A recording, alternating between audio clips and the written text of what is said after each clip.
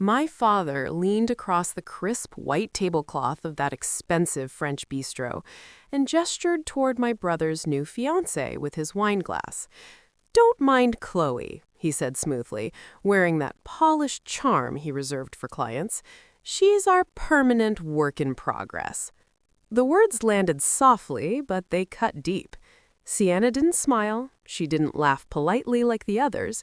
She looked at me instead, studying my face like she was trying to solve a difficult equation. My name is Chloe Vance. I was 29 years old that night, sitting at a table where I had spent my entire life being tolerated, not valued. I grew up in a family that worshipped noise. Loud success, loud money, loud opinions. My parents built a boutique investment firm in Chicago, and my older brother Julian followed their path perfectly. Same schools, same suits, same hunger for approval. Their world revolved around perception. Country clubs, stock options, engagement rings that sparkled just enough to announce status. And then there was me. I didn't want to manage portfolios. I wanted to build something new.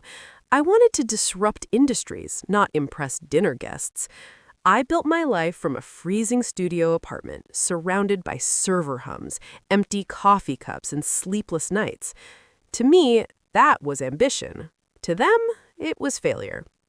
They saw my thrift store sweaters and my refusal to attend their endless galas as proof that I couldn't cut it. They didn't see sacrifice. They saw embarrassment. I think they loved me in their own way, but they were deeply ashamed of me. What they didn't know, what they never bothered to ask, was that my quiet little life was about to scream. That night at the restaurant was supposed to be about Julian's engagement. He was marrying Sienna, a senior partner at a major Silicon Valley venture capital firm, the kind of woman my parents had always dreamed he'd bring home. To impress her, they booked a private wine cellar room that smelled like aged oak and entitlement. The dinner felt less like a celebration and more like a corporate acquisition. My father exaggerated Julian's recent deals. My mother showered Sienna with compliments about venture capital, even though she barely understood what that meant. I sat quietly, pushing food around my plate, wearing that familiar cloak of invisibility. Eventually, the attention turned toward me, and the temperature in the room dropped. "Chloe is still tinkering with her computer thing," my mother said, patting my hand with pity that burned worse than a slap. Julian smirked and added that they'd offered me an internship at the firm, answering phones, filing paperwork, just to help me feel professional. Sienna politely asked what I was working on, but before I could answer, my father waved it away. "It's boring," he sighed. "Just some app, a hobby." For 10 straight minutes, they discussed my life like I wasn't sitting there. I focused on the condensation sliding down my water glass because it was the only thing in that room that wasn't judging me.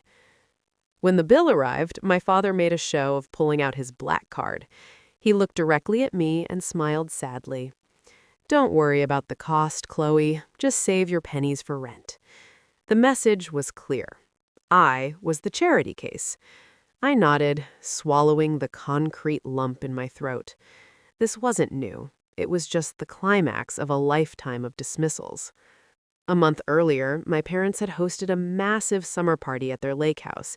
Investors, politicians, champagne flowing on the dock. I found out through Instagram. When I asked my mother why I wasn't invited, she laughed lightly and said they didn't want me to feel inadequate. That word stayed with me. Inadequate. It wasn't an accident. It was a quarantine.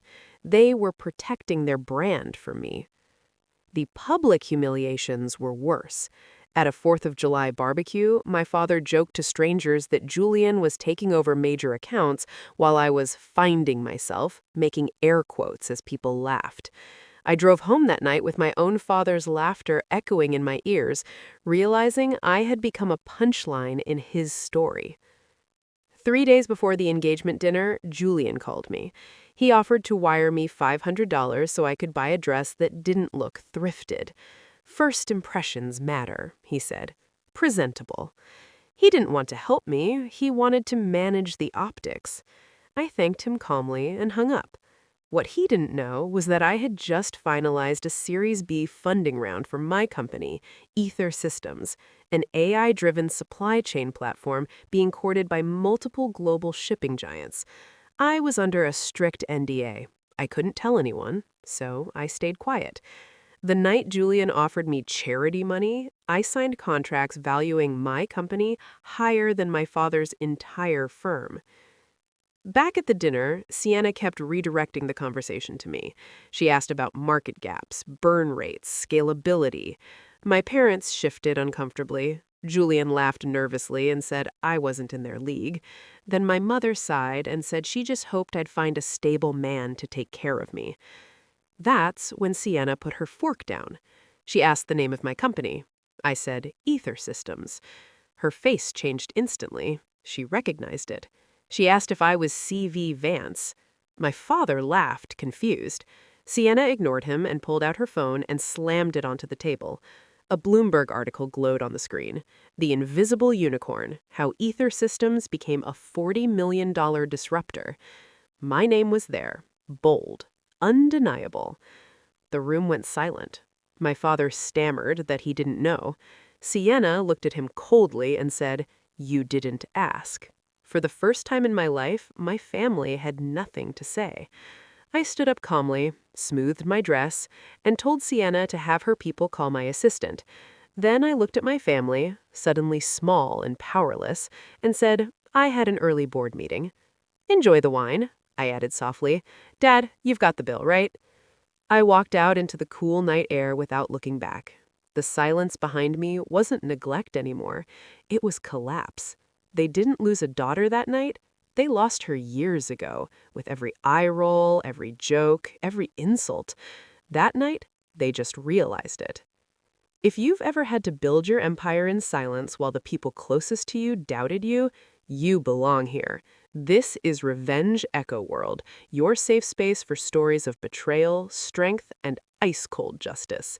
If this story made you feel something, smash that like button, drop a comment, and subscribe, because sometimes the sweetest revenge isn't shouting back, it's being heard loud and clear.